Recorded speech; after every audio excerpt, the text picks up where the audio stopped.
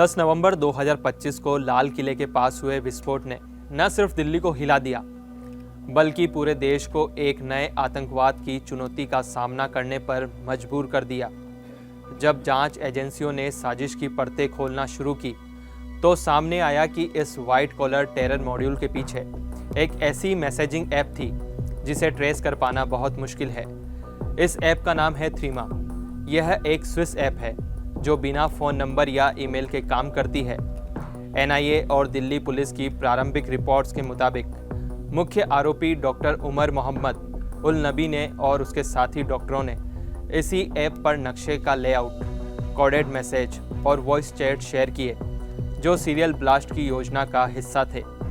यह खुलासा forensic analysis से हुआ, जहां जब्त स्मार्टफोन्स और सर्वर डेटा से थ्रीमा के प्राइवेट चैनल का पता चला। थ्रीमा की खासियत ही इस साजिश की सफलता का राज बनी। 2012 में स्विट्जरलैंड में लॉन्च हुआ यह app end to end encryption पर आधारित है, जहां मैसेजेस सर्वर पर स्टोर ही नहीं होते। यूजर्स को सिर्फ एक यूनिक आईडी की ज़रूरत होती है जो रैंडम जनरेट होती है। कोई मेटाडेटा लॉगिंग नहीं, ना ही आईपी ट्रैकिंग। ये फीचर्स इसे आतंकियों के लिए आकर्षित बनाते हैं। जांच में पता चला कि उमर, डॉक्टर मुस्लिम गनई और डॉक्टर शाहीन शाहिद ने अपने खुद का प्राइवेट थ्रीमा सर्वर सेटअप किया था जो संभवतः विदेशी होस्ट पर चल रहा था। इसी सर्वर पर उन्होंने लाल किला, इंडिया गेट और कनॉट पैलेस जैसे संवेदनशील स्थलों के मैप्स अपलोड किए। साथ ही 32 गाड़ियों को विस्फोटकों से लैस करने का टाइमलाइन शेयर किया। इन आतंकियों ने ऐसे कोडवर्ड्स का इस्तेमाल किया जिस पर किसी को शक न हो। इन्होंने अपने codewords madam surgeon, medicine, shipment, package रखे हुए थे। एक डिजिटल फॉरेंसिक एक्सपर्ट्स ने बताया कि इस ऐप का सेल्फ डिस्ट्रक्शन फीचर मैसेजिंग का ऑटोमेटिक डिलीट कर देता है, जिसे रिकवर करना बेहद मुश्किल हो जाता है। यह पहली बार नहीं जब थ्रीमा जैसी ऐप्स आतंकी गतिविधियों में इस्तेमाल हुई, लेकिन दिल्ली ब्लास्ट के केस में इसका इस्तेमाल खास तौर पर चिंताजनक है, क्योंकि मॉड्यूल में शामिल ज़्यादातर सदस्य पढ़े लिखे डॉक्टर थे, फरीदाबाद के अल फला यूनिवर्सिटी से जुड़े हुए थे।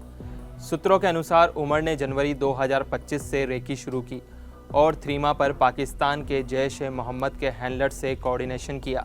उमर के तुर्की ट्रिप के दौरान उकासा नामक हैंडलर से मिले निर्देश भी इसी थ्रीमा ऐप पर आए।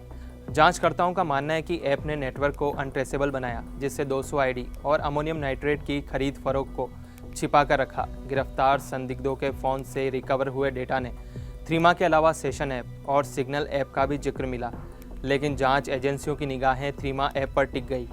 सेशन जो ऑस्ट्रेलियन ऐप है, जांच एजेंसियों को टेलीग्राम पर रेडिकल ग्रुप्स के थ्रेड्स भी मिले।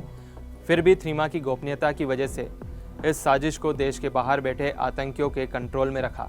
भारत में थ्रीमा पर पहले से ही पाबंदी है, क्योंकि 2022 में आईटी रूल्स के तहत इनक्रिप्टेड ऐप्स को बैकडोर एक्सेस देने का आदेश दिया गया था, लेकिन डाउनलोडिंग के वैकल्पिक रास्ते उपलब्ध हैं जो आतंकियों ने अपनाए।